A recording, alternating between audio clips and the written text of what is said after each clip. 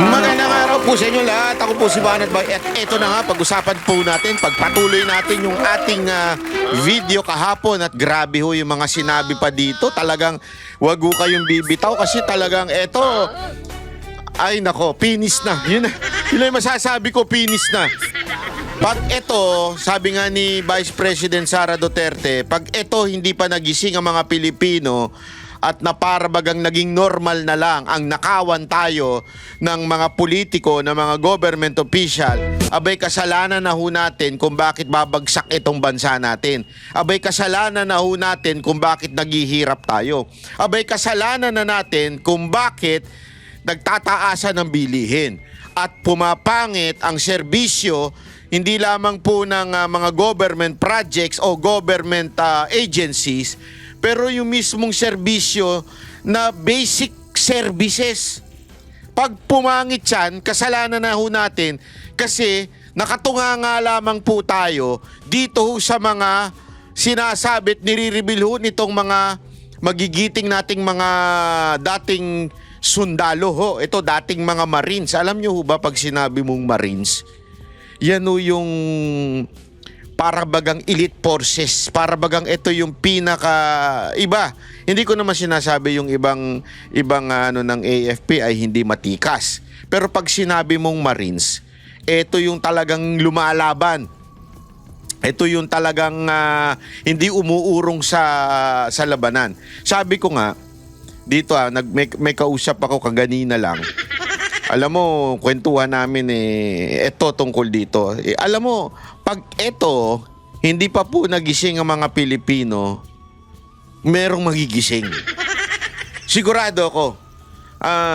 Sabi nung iba kasi, Banat Bay, yung mga sundalo natin, tila, bingi at pipi na, tila natapalan na rin ng pera.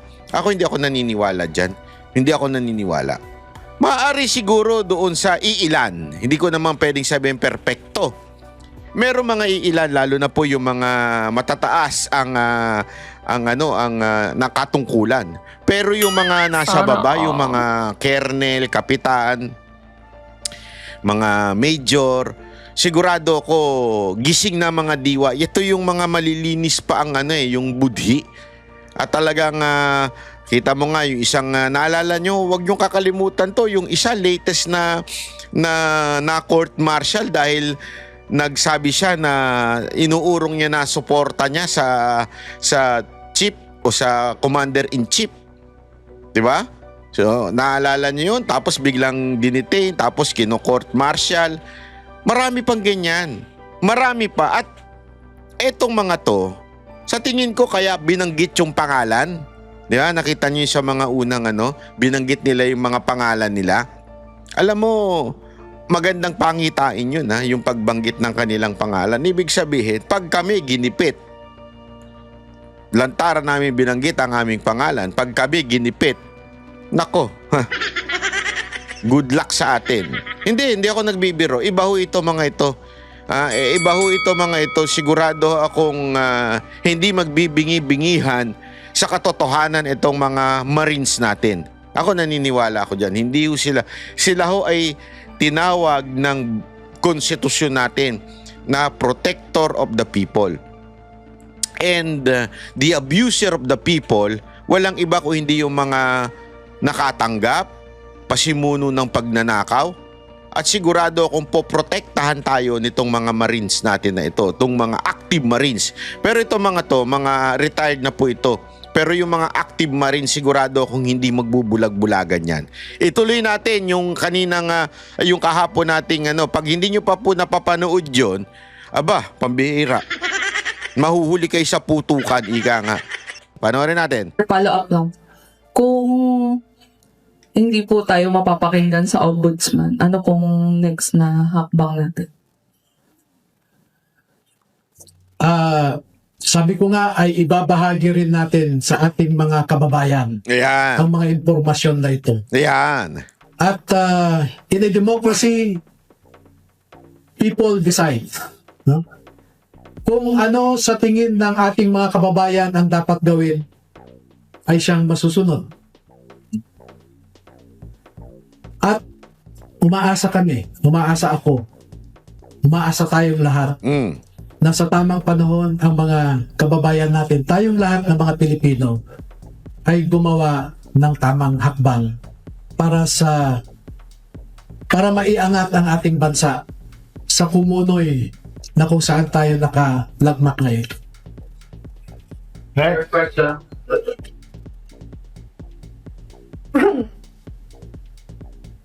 Yan talagang kumunoy. Kumunoy na nangyayari sa atin.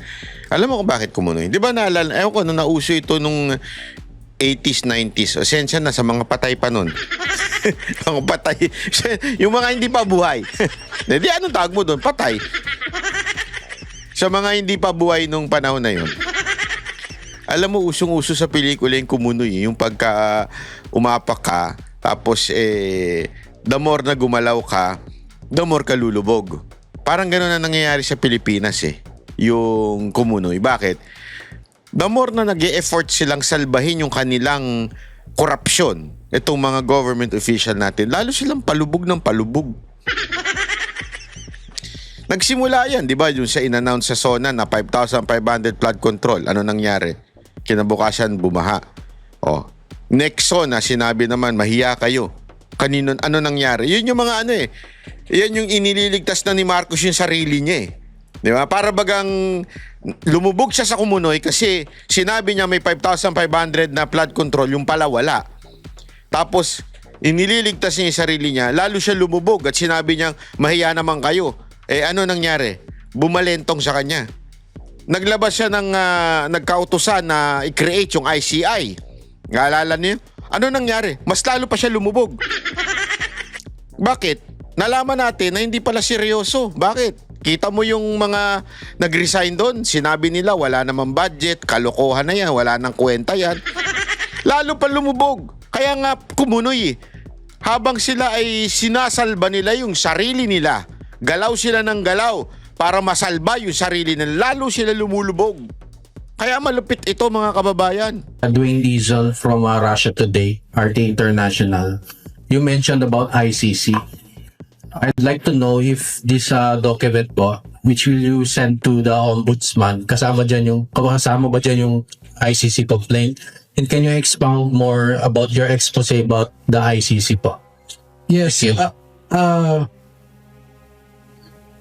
We will prove that the conduct of the ICC investigators in the Philippines is unprecedented because they were dined and wined by people who are publicly known to be opponents of the people hosting them. Second, to prove that what the United States Department said, that ICC is a very corrupt institution, is being proven by this personal knowledge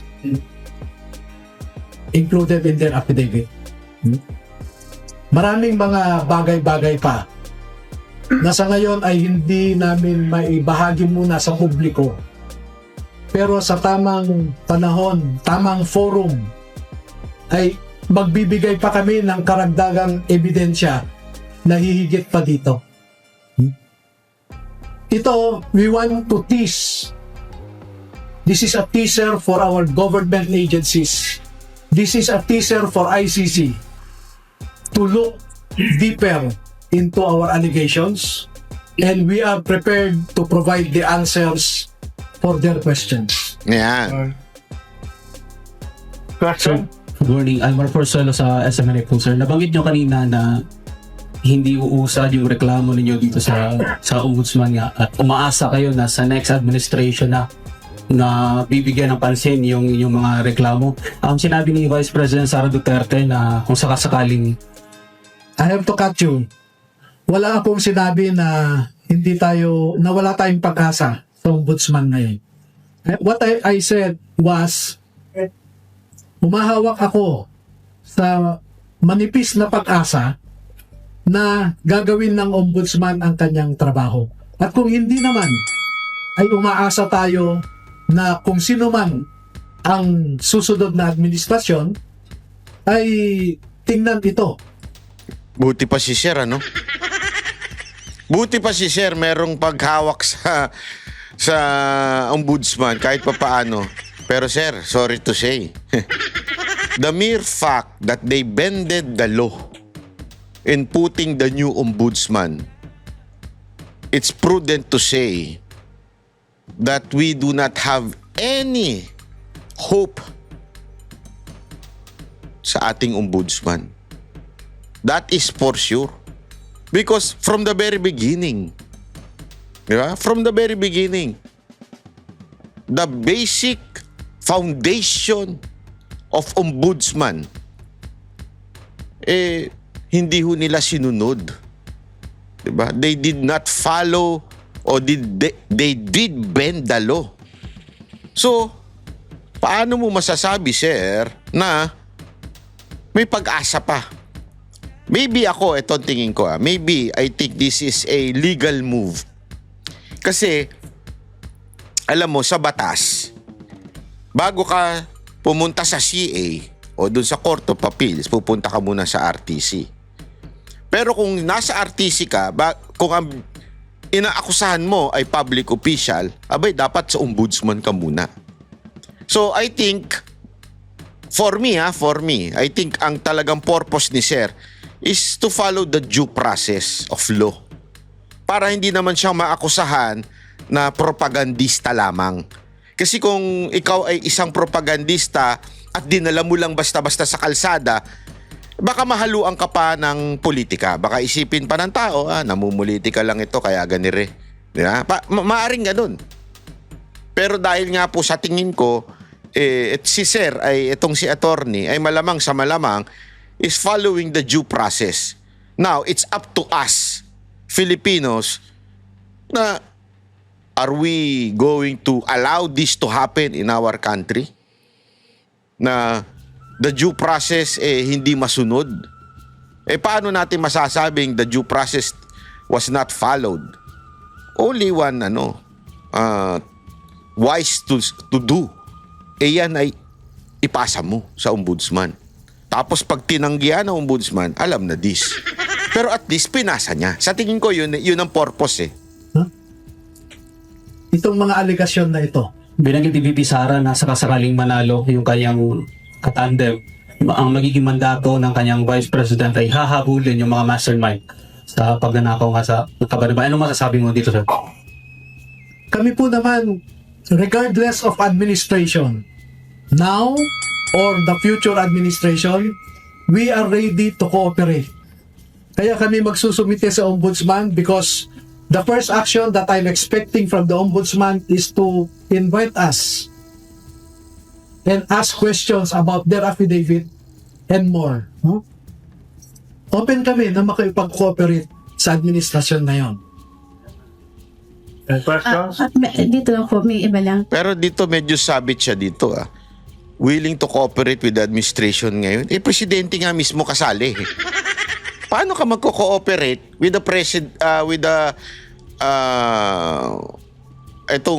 itong ating presidente, 'di ba? Itong administrasyon na to, kung yun namumuno mismo kasali. Medyo dito sa part na to, medyo nalito ako dun, Sir. Attorney, ano po yung here po, Attorney Eden Santos from Net25 ulit. Ano po yung main objective ninyo sa paglantad ng ating mga sundalo at paghahayag ng kanilang nalalaman dito sa maanomaliyang flood control mess at iba pang korupsyon? Hanggang saan po kayo hahantong? Gaano po yung tapang na ninyong lahat? Alam naman natin yung mga critics ng gobyerno ay pinatatahimik po, ilang congressman yung nasampahan ng kaso sa ethics, nasuspinde. May congressman na pinapalabas ng bansa dahil sa pagsasalita ng katotohanan. Kayo po, hanggang saan yung tapang at tibay ng ating mga sundalo para labanan ang korupsyon at mailabas po yung katotohanan? Now, as before, our intention is clear. We want to break the sense of impunity among our officials na tinatrato nilang personal account nila ang kaban ng bayan. Gusto nating basagin yung impunity na yan. Isipin mo, hindi sila takot. No?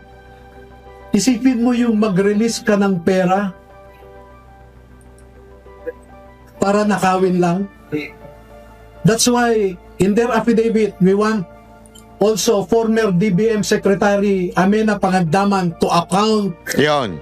for her neglect and for accepting something in return for his oversight, for her oversight. Nandito si Secretary Pangandaman. Attorney, balikan ko lang po, pasensya na, balikan ko lang po, no, review lang natin. Ang nasa taas po ay si Bongbong Marcos. Ang nasa ilalim po niya ay isang Martin Romualdez at isang Zaldico. Sino po ang pinaka-leader or super admin na tinatawag nung group chat po ng ating mga Marines dito para magbaba ng utos na ang maletang ito ay papunta sa Paway, ang maletang ito ay papunta sa Aguado and all? Sino po? Yung chat group na sinasabi kanina ay minsan kasi dalawa lang ang kasama sa pag-deliver. At sasabihin na deliver kami ng ganito sa ganyan, no? So, yung ibang membro ng chat group, wala silang personal knowledge. Dahil dalawa o tatlo lang ang nakasama.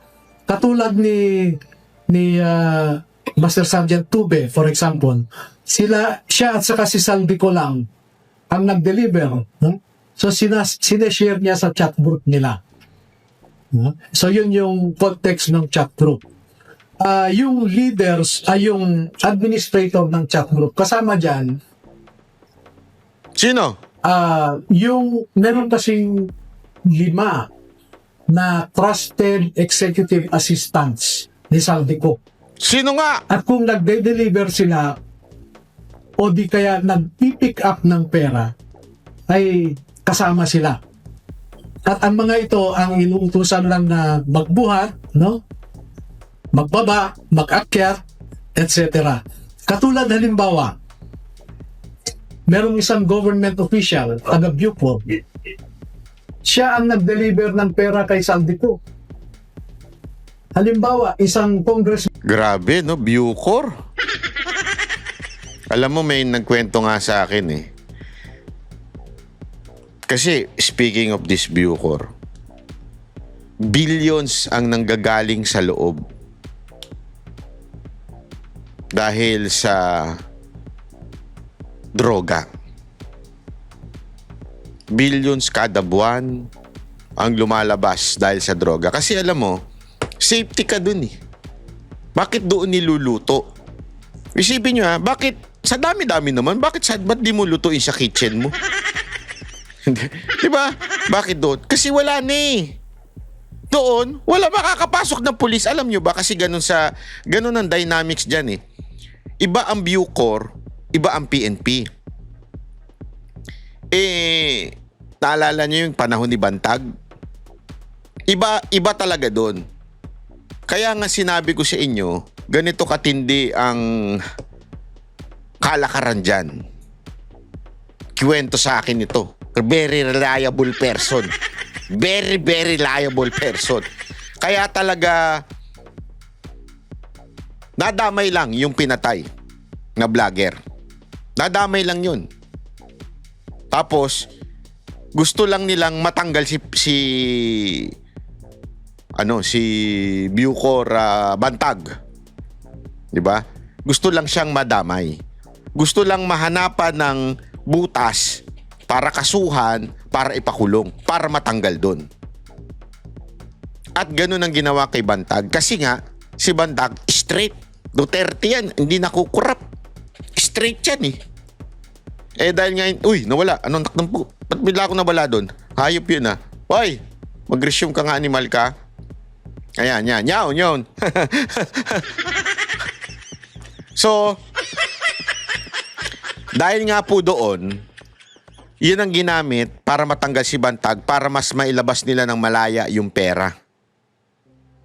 Kaya nung napanood ko ito, yung nasinabi, mantakin mo ha, sabi di umano, allegedly, ang sinasabi ni attorney, mula sa Bucor may pera. Idinili-deliver kay Zaldico. So, it's not the other way around na si Zaldico magbibigay sa Bucor. Hindi. Yung Bucor ang may pera. Kumukuha sila ng pera sa loob. Tapos binibigay kay Zaldi, di umano, according sa abogado nato. At si Zaldico, ibinibigay niya ngayon dun sa mga tulad ng presidente. Kita mo, sabi ko, putang ina, ano nangyari sa bansa namin? Di ba? Presidente tumatanggap mula sa loob? Anak ng weteng. Sino pa? Speaker? Sino pa? Mga congressman? Tumatanggap mula sa loob? Putang ina, lala nito, Brad. Pag eto hindi pa kayo nagising, ewan ko na lang. Na kontrakto, siya ang nag-deliver kay Zaldico. So sila, inaabangan yung delivery, then ina-account yung pera sa Valle Verde, dinadala sa Horizon. Yung sa Bucor naman, parang 8 maleta ba yun? 8 maleta ang dineliver kay Zaldico. Hindi ko alam kung saan nanggaling yung binigay ng taga Bucor na yan. Grabe, no? 8 maleta galing sa Bucor, binigay kay Zaldico at si Zaldico pinamahagi niya sa mga congressman at sa presidente. Gago! Ano sa tingin nyo? Saan galing yun? Sa tingin nyo galing yun sa pagbebenta ng bag, pagbebenta ng pamaypay? Hindi. Drug money yun, ladies and gentlemen. Drug money yun. Yun lang naman ang kumikita dun eh. Alam naman yung pagbebenta ng ice candy, ice buko. Katarantaduhan, di ba? Sorry. So, all those times po na bit-bit or binubuhat or ginugulong ninyo yung mga maletang yan, alam po ba nila na pera na po talaga ang laman? Alam niyo po na pera ang laman. O yung mga ex ba rin, no? Alam namin. Kasi papatayin ka dyan pagka nagnakaw ka eh.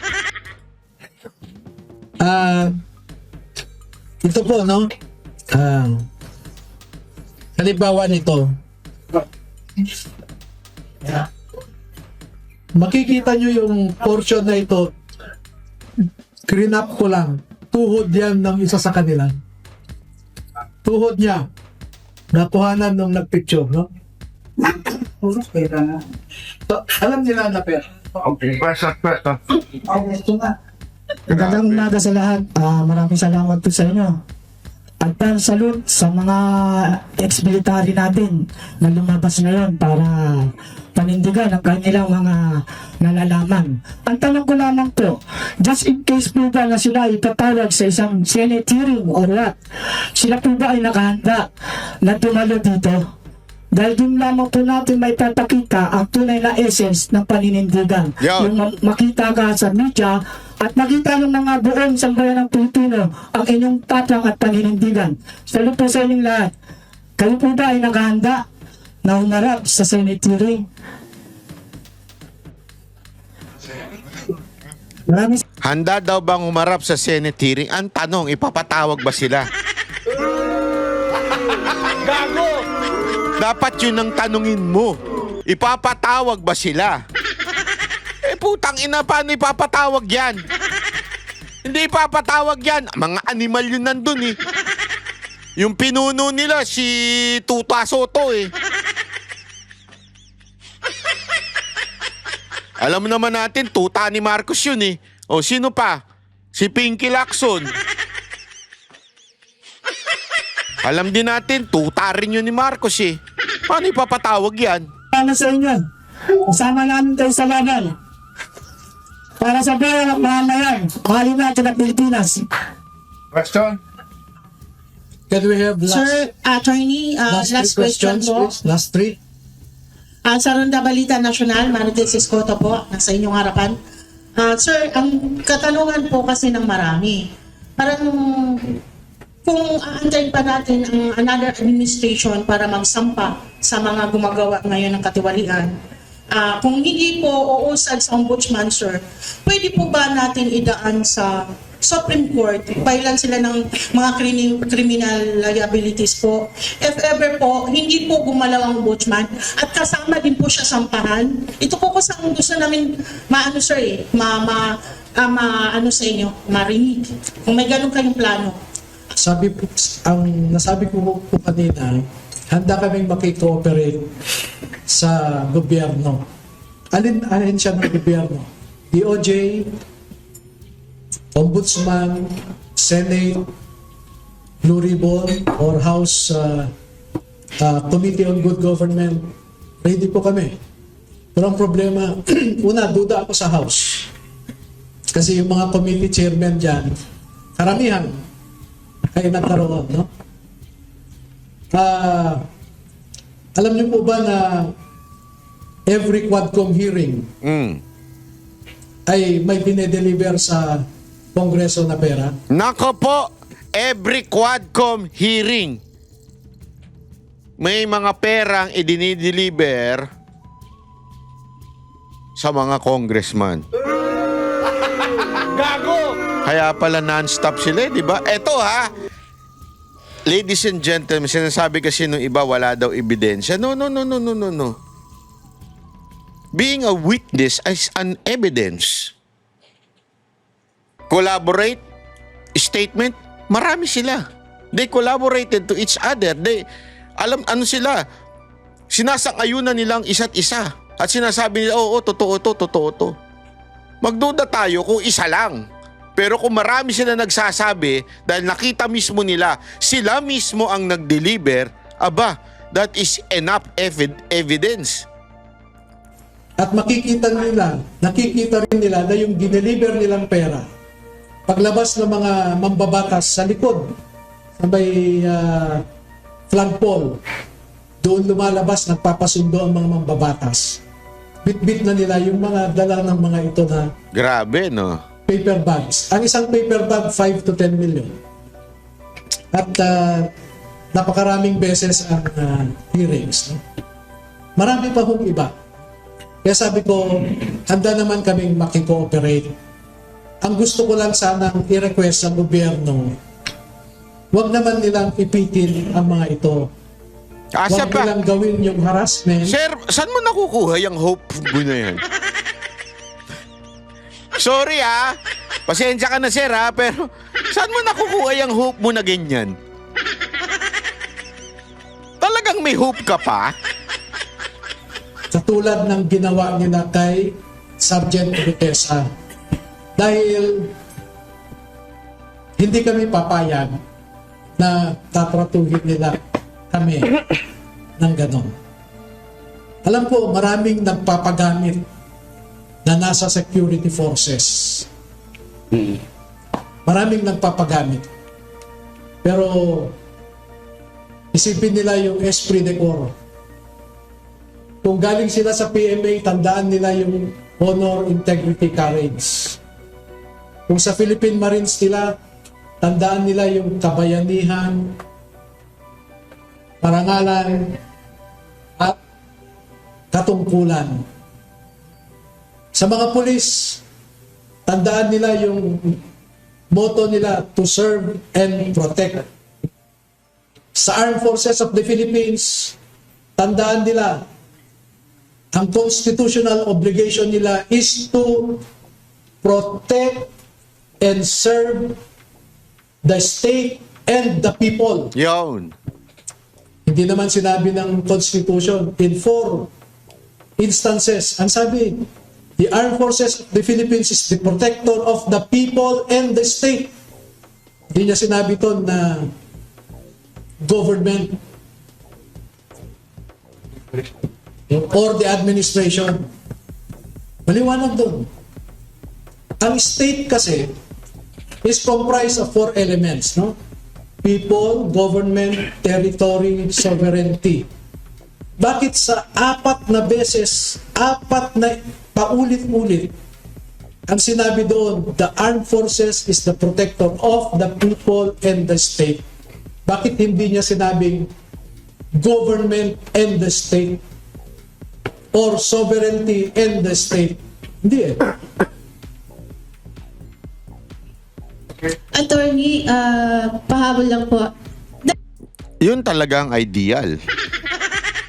Ang tanong natin, balik natin sa mga armed forces natin. Are you still the protector of the people? Or you are being used to protect these government officials? Asaan ang inyong sinumpang tungkulin sa konstitusyon? Again, konstitusyon tayo ha. Batas tayo, lawful.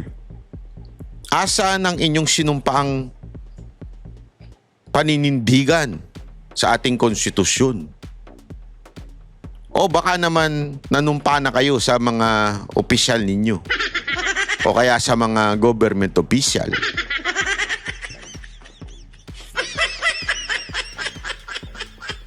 Armed forces should answer this in their hearts. Yung mga sundalo natin. Nag-deliver din po ba sila ng, sir dito po, nag-deliver din po ba sila ng mali-maliatang pera para sa impeachment? Ni VP Sara in particular. Naka-detalye po dito sa affidavit nila Na may dinalang pera para sa mga pumirma. Okay? Finish na. Finish na. Finish na, Brad. Ayan na, may ebidensya na, may affidavit na silang lahat.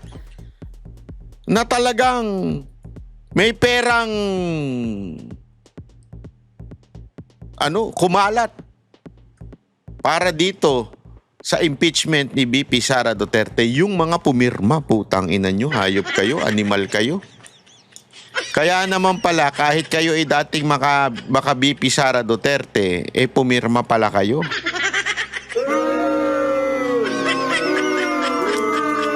Sabi nga lintik lang walang ganti at ganti lang walang lintik. Lupit ninyo ha? Ang lupit ninyo ha? Sa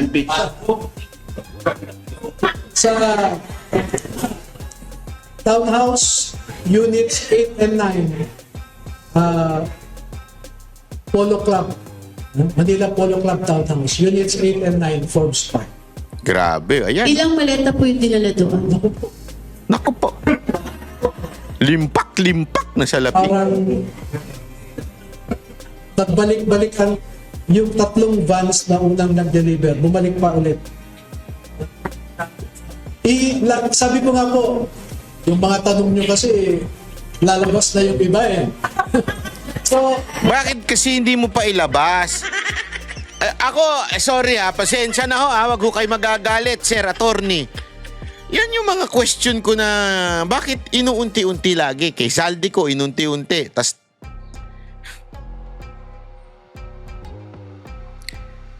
Ito, hindi ko sinasabing mangyayari. Hindi ko sinasabi.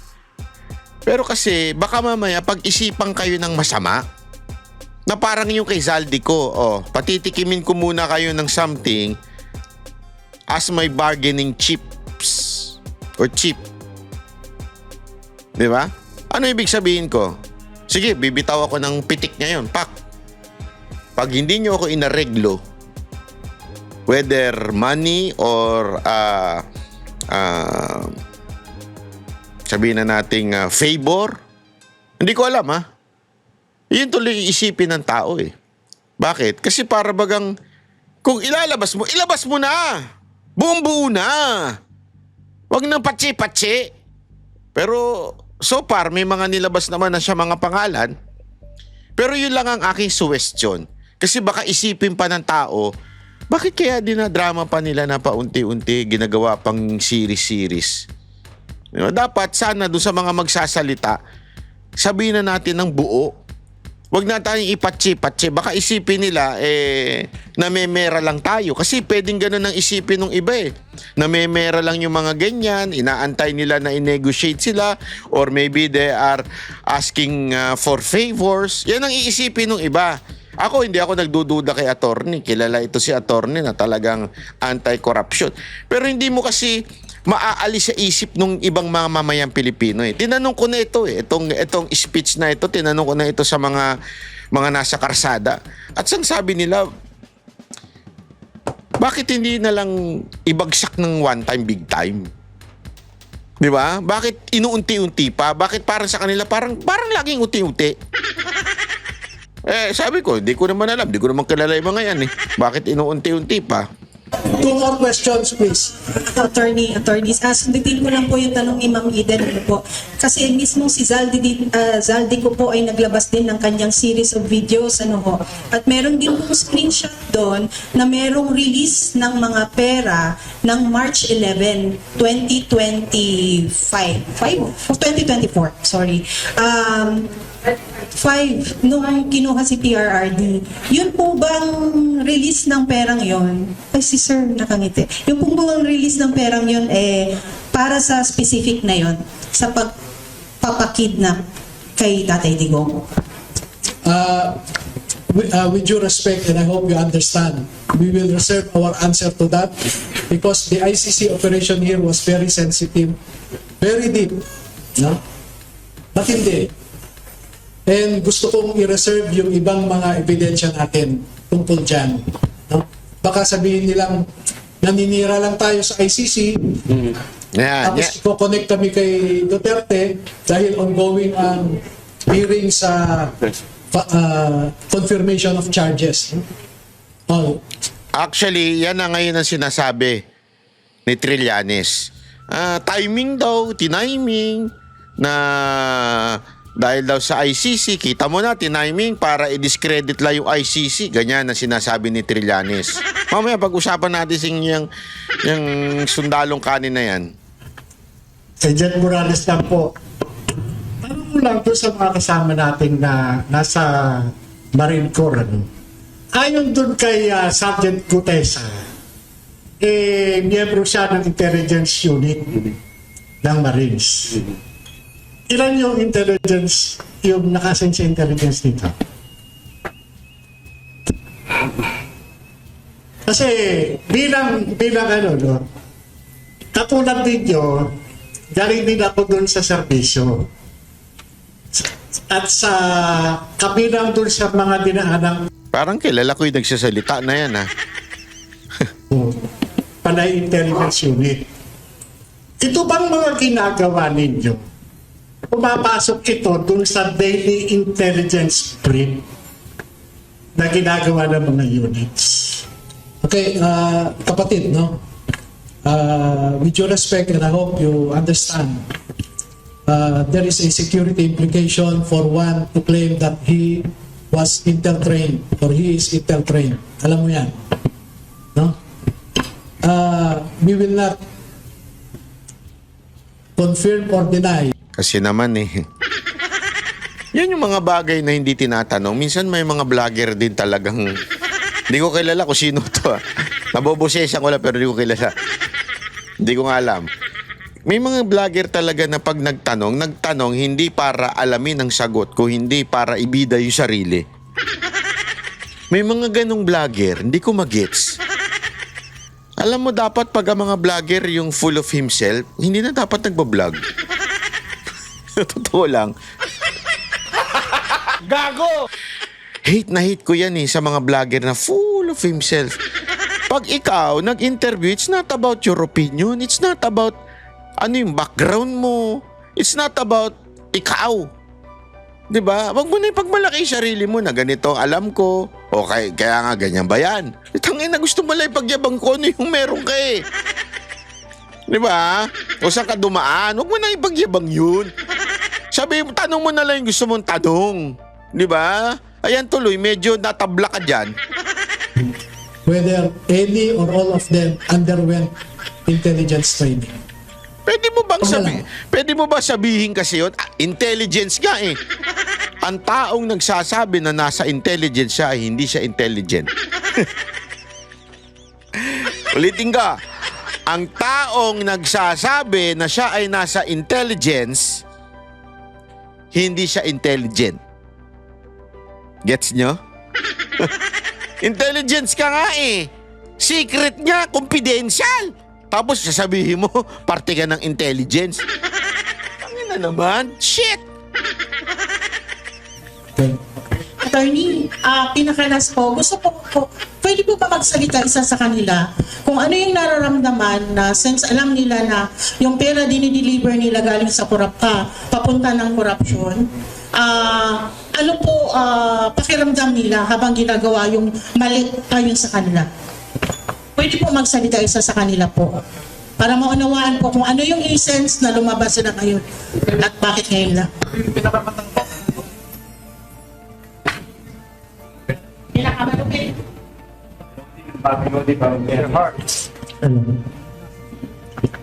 Good morning po. Ako po si Johnny Goodwan.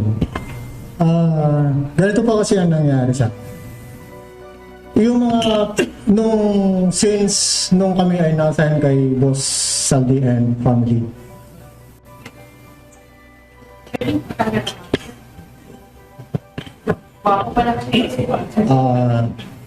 Yung mga pera kasi ma'am na dumadating at mga pera kasi yan ma'am is hindi namin alam na galing sa masama.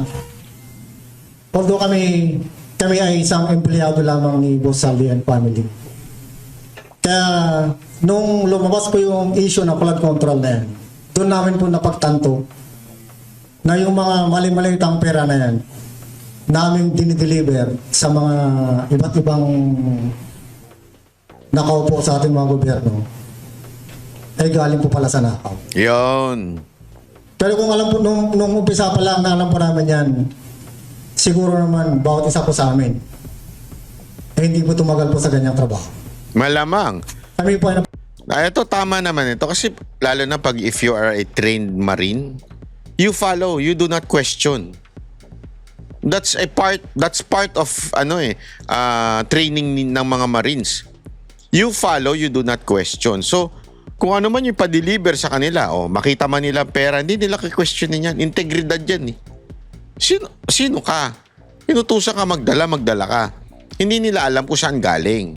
Diba? Siyempre, inutusay ng boss mo, gagawin mo. Ngayon, ang tanong, ngayon nga yung sinasabi nito, na sandali, nung nakita na namin pumutok na yung issue, pati yung issue ng flood control, na malamang nung nadawit na si Zaldico, napagtanto nila, shit, ito na yun. Kaya pala madami. utusan lamang yan sa mga ganyan namin trabaho. Kasi parte pang trabaho namin yan. Pakiramdam po namin ma'am ngayon na talagang napakasama bilang isang ama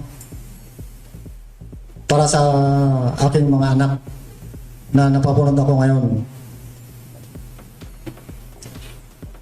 Talagang napakatindi na po ang korupsyon dito sa ating bansa. Yun. Kaya pakiusap po, sana maintindihan nyo kami sa aming layunin para maibsan na po o matapos na po itong korupsyon na ginagawa ng ating gobyerno. Maraming salamat po. Nasa kamay talaga natin, mga kababayan. Ako po, sana ako na po ang pinakala. Sorry po. Sana rin, isa rin po sa kanila or ilan sa kanila ang makasagot din po sana. Ano po ang malaking pagkakaiba ng administrasyon ni PRRD sa administrasyon ngayon ni Bongbong Marcos na kayo rin po ay nakapaglingkod?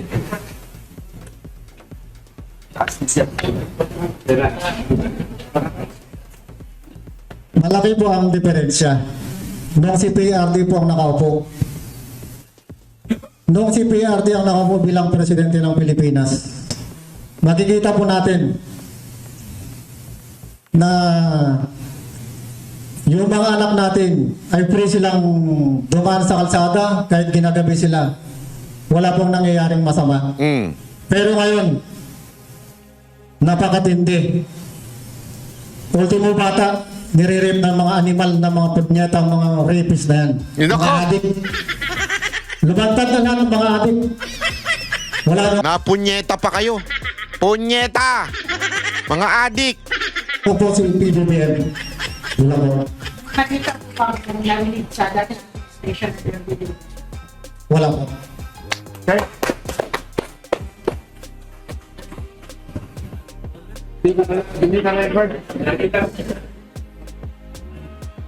Yun na. Ambush. Anong ambush? Panghuling statement na lamang po. Maraming salamat po sa inyo sa pagdalo sa aming imbitasyon. Napansin ko po kaninang umaga lamang na ang daming mga text at saka calls na na-miss ko, no? Dahil kagabi ay matagal kaming naghiwa-hiwalay dahil may mga pinag-uusapan kaming mga pumasok na mga pananakot na text messages. So, maraming salamat po sa inyong lahat. Mabuhay po kayo. Mabuhay ka, kapatid. Palakpakan. At dahil nga dyan, meron kagad pumiyok. Alam mo na, ma'am. Pumiyok kagad. Ang daming ano dyan eh. Ito ang pumiyok. Number 1 na pumiyok. Sagot na si... Yan. Senador, dating Senador Sani Trillanes. Sani Trillanes. Narinig niya kasi na, teka, mukhang, bakit yung binabanggit yung pangalan ko dyan? Yan, oo. Oh, yan. Wala akong Kinumpirma ba niya? Ano yung sinasabi? Ito ang sabi niya, ha? Oh. I Ako vehemently ay mariin pinagdidiinan ko ang galing mo talaga mag-translate. Word for word. Deny tinatanggi ayon that I received na ako ay tumanggiap $2 million ng Ay, 2 grabe! milyong dolyar. or any amount. Trillanes tumanggap ng $2 million. Sabi niya. Nung nagsalita hindi tayo ang nagsabi, yung nagsalita. Linawin lang natin ang nagsabi po yung abogado. Yan po yung lumabas doon sa press con na tumatanggap daw si Trillanes. Yun ang sinabi. Okay? Tingnan natin kung ano ang masasabi ni Trillanes tungkol dito. Pasok. From Saldico for the ICC O investigation. anumang halaga mula kay Saldico para sa ICC Yeah. investigation. Or Ayaw. any other purpose. Ayaw. O sa anumang kadahilanan. O This- sa anumang kaparaano. Yun nga. This is an attempt Ito ay isang pagtatangka to discredit the ongoing ICC proceedings Yo. against Duterte. Sinabi na Sinabi na, yan lang ang defense Wala lang, ano daw yung proceeding ng ICC. Pero kung iisipin mo ng maigi at malalim, putangin na, parang malabo yun. Bakit? Sa tingin mo yung ICC, sandali, titigil tayo Wag natin ituloy ito kasi may mga Marines sa Pilipinas na itinuturo yung corruption at tayo yung mga nakorrupt daw ang ICC, so itigil natin to Paano? Hindi, ako nagtatanong lang Paano madidistract? Sige nga, paano madidistract? Paano magkakaroon ng pagbabago doon sa issue na sa ICC sa pamamagitan nitong Anong pakialam niyan? Hindi, anong pakialam ng mga taga-ICC? Wala naman silang pakialam Gagawin nila yung siguradong plano nilang gawin kay Pangulong Duterte kahit may ganito pa. So, Trillanes, ang sagutin mo yung akusasyon nung attorney na meron daw kayong tinatanggap. na pahinain ang kasalukuyang investigasyon ng ICC laban kay dating Pangulong Duterte. Ako will be filing ay maghahain cyber libel cases ng kasong cyber libel against Levy Baligod, laban kay Levy Baligod, Mike Defensor, Mike Defensor, Jay Sonsa, the 18 ex-soldiers, 18 dating sundalo. and all those who are maliciously circulating this blatant lie. At Nako, yun. sa iba pang nagpapakalat ng malisyosong ano yung blatant lie Kasinungalingan. Dapat ako ilagay nyo dyan. Hindi, alam mo sabi nito, ito lang yung sagot niya. Ang sagot lang ni Trillanes doon sa akusasyon ay pampagulo daw sa ICC proceedings, which is sinabi nga natin anong kinaugnayan ng ICC at magugulo ba yun dahil dito sa 18 na Marines? Hindi. So, tablado yun. Pangalawang sagot ni Trillanes, kakasuhan ko kayo. Maganda siguro, Antonio Trillanes, bigay ka ng ng dahilan na, oy, hindi, imposible yan kasi ganito, di ba? Yun ang hindi yung tatakutin mo na, kung sino man yung mag-share niyan, ididimanda ko, Ano to? Takutan na lang palagi? Pakisagot na lang, sir. Ako, di ako naniniwala eh. Di ako naniniwala. Biglang hindi na naniwala eh. Di ako naniniwala sa sinabi ng attorney na nakatanggap daw kayo ng ganyang kalaki. Bakit ako hindi naniniwala? Baka mas malaki pa. Nagtatanong lang ako Gago! Di ba? Pagsisinungaling. Lantarang kasinungalingan. This is not new to me. Hindi na ito bago sa akin. I will not be distracted. Hindi ako masisiraan ng loob dyan. Hahabulin ko kayo. I will run after you. I will kill you all. Sabi ni Tatay Digong yun. Kay Tatay Digong yun. So sabi niya, hindi na bago sa akin ito. Linawin mo. Baka mamaya pati ikaw madamay dyan. Sige ka, baka kasuhan ka niyan. Easy. Ano naman si Trillanes? Pag yan, biglang yan eh. Ayun, ang mariin pong pagpapabulaan ni dating senador Sonny Trillanes. Kasi dapat yan, may ebidensya dyan, ha? Yun na nga. Hindi naman sa kinakampihan natin si Trillanes. Pero hindi naman pa pwedeng basta-basta kang magtuturo. Yan, ako din. Tama yan. Naniniwala ko, kailangan may ebidensya. Kaya attorney Ginugundo. Hindi ko alam anong pag-apelido ng attorney. Attorney, maganda ilabas mo yung mga ebidensya. Wag mo nang unti-untiin, wag niyo nang ilabas niyo na lang kasi kung hindi, baka kasuhan pa kayo. Sasabihin pa, chismis, ilabas niyo na ng todo-todo. Although, again, tulad nga ng sinabi ko, a witness is an evidence. Mas lalo na kung may nagko-collaborate doon sa iyong sinabi. Ayun ay ebidensya. Di ba? Pero mas maganda, maglabas pa po kayo ng marami pang ebidensya at para mas magandang paniwalaan ng ating mga kababayan. Ito kasi, alam mo, importante ito. Makinig kayo. Bakit ba kinakasuhan ng libel yung mga ganito? Yeah? Kahit mapapahamak. Kasi pagka kinasuhan mo ng libel ang isang tao, kailangan mong patunayan na mali yun. Sinabi niya.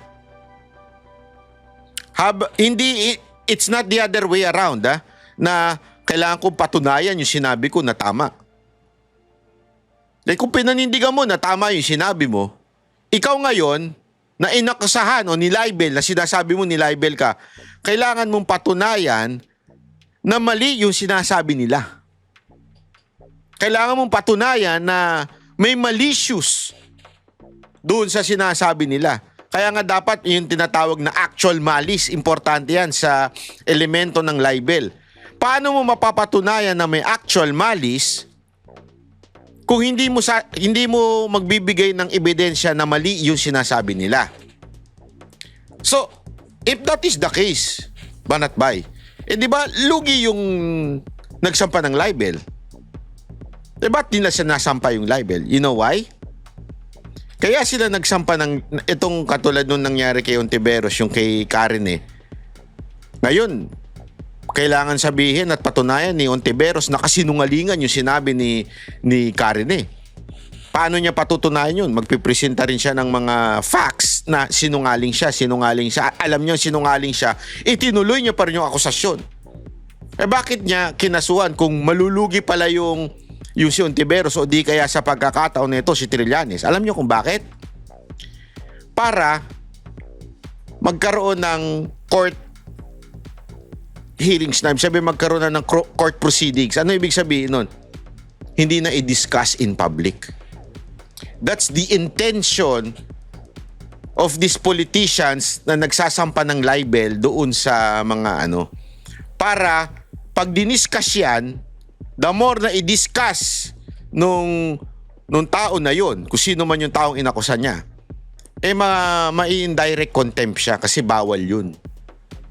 Yung i-discuss mo yung nangyayari sa loob ng korte o yung ebidensya mo na ipipresenta, bawal i-discuss yun. So, sa madaling salita, ang pagsampa ng libel, sometimes, I'm not saying ganun ang ginawa ni Ontiveros or ganun ang motibo ni Ontiveros o di kaya ganun ang motibo at ginawa ni Trillanes. But sometimes, these politicians ginagawa ang libel case para hindi na pag-usapan. Lalo na pag umabot na sa korte. Maiilang na ngayong pag-usapan ng kahit sino man dahil pwede silang ma-indirect contempt. Di ba? Pag pinag-usapan yung merit nung nangyayari doon sa korte.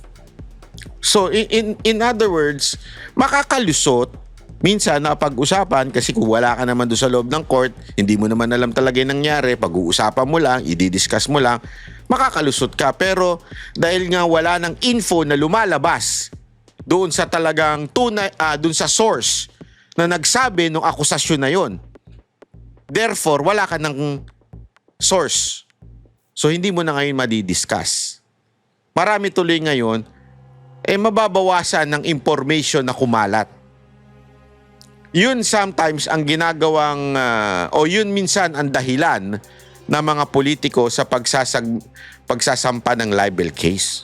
Yung magparatang, sabi natin, madali yan. Madaling gawin yan. Pero yung para patunayan mong yung pinaparata, may iba pong usapin yan. Kasi dito, kwento lang eh. Hindi Kahit pa kayo ay 50, hindi lang 18, 50 kayo, pero puro kwento at wala hong kadahilan. Walang ebidensya. Ay mananatiling kwento yan. Hindi natin papasok yan doon sa beyond reasonable doubt. Ay, sabi nga dito, Jen, umabot daw ng mahigit 800 million. Nako! Aabot ng trilyon. Nako! Ang mga na-deliver na pera. In 2 years. In 2 years. Sabi nga nila, hindi lang po bilyon, trilyones po. Nako! Ayun na nga. Ayun na, patay na. Yun na yun. Alam mo, eto para lang sa kaalaman ng mga kababayan natin, this is really something very, very exciting. Kasi nagkakaalaman na talaga nagkakaalaman na ng tunay na dahilan, tunay na mastermind. Dito lumalabas na talaga. Tinuro na talaga si Marcos. At grabe, no? Dito para sa bagang sinasabi ng abogado na mula sa bilibid tumatanggap ng pera itong mga congressman at si Marcos kasi yung pera gagaling sa sa loob ng view ng bilibid. Ibig sabihin nun, mga kababayan, to? Your guess is good as mine, sabi nga. Ang lupit talaga na nangyayari sa bayan natin. Kung dati yung droga ay sinasawata, pinipigilan, masama. Ngayon, pinagkukuhanan ng pera.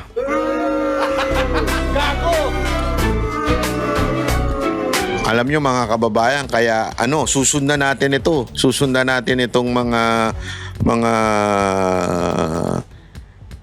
mga issue na to. Dahil hindi na ito tama. Susundan natin ito. At ito ay talagang kailangan tutukan ng taong bayan. Kasi pagka ganyan ang siste, naku po, pambahirang buhay oo. Sabi nga ng Bangko Sentral, naku, hirap na tayo talaga. Mukhang it's beyond our control.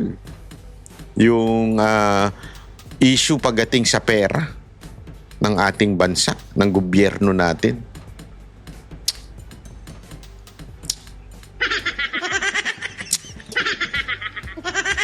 Kaya kung ako sa inyo, mag-subscribe at mag-like na kayo, at kung pwede, i-share nyo itong video na ito para naman mabuhay at magising-gising ang ilang mga natutulog nating kababayan, lalo na po sa hanay ng militar, na again, lawful doing their job, protecting the people from these abusive politicians. Kasi yan naman po nakalagay sa konstitusyon natin. The AFP is the protector of the people. Pero minsan may mga natutulog.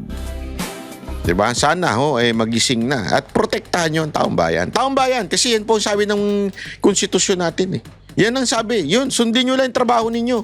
Okay na tayo. Sundin lang nyo yung trabaho ninyo. Protect the people. Diba?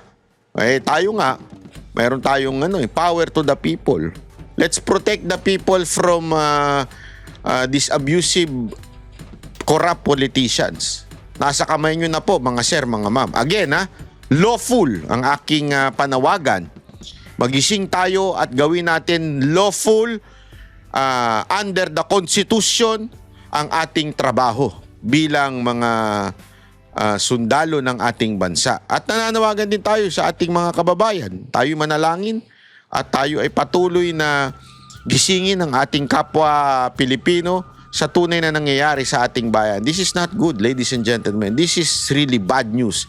Sana po magising na po ang ibang kababayan natin. Salamat po. Ako po si Banat Bay.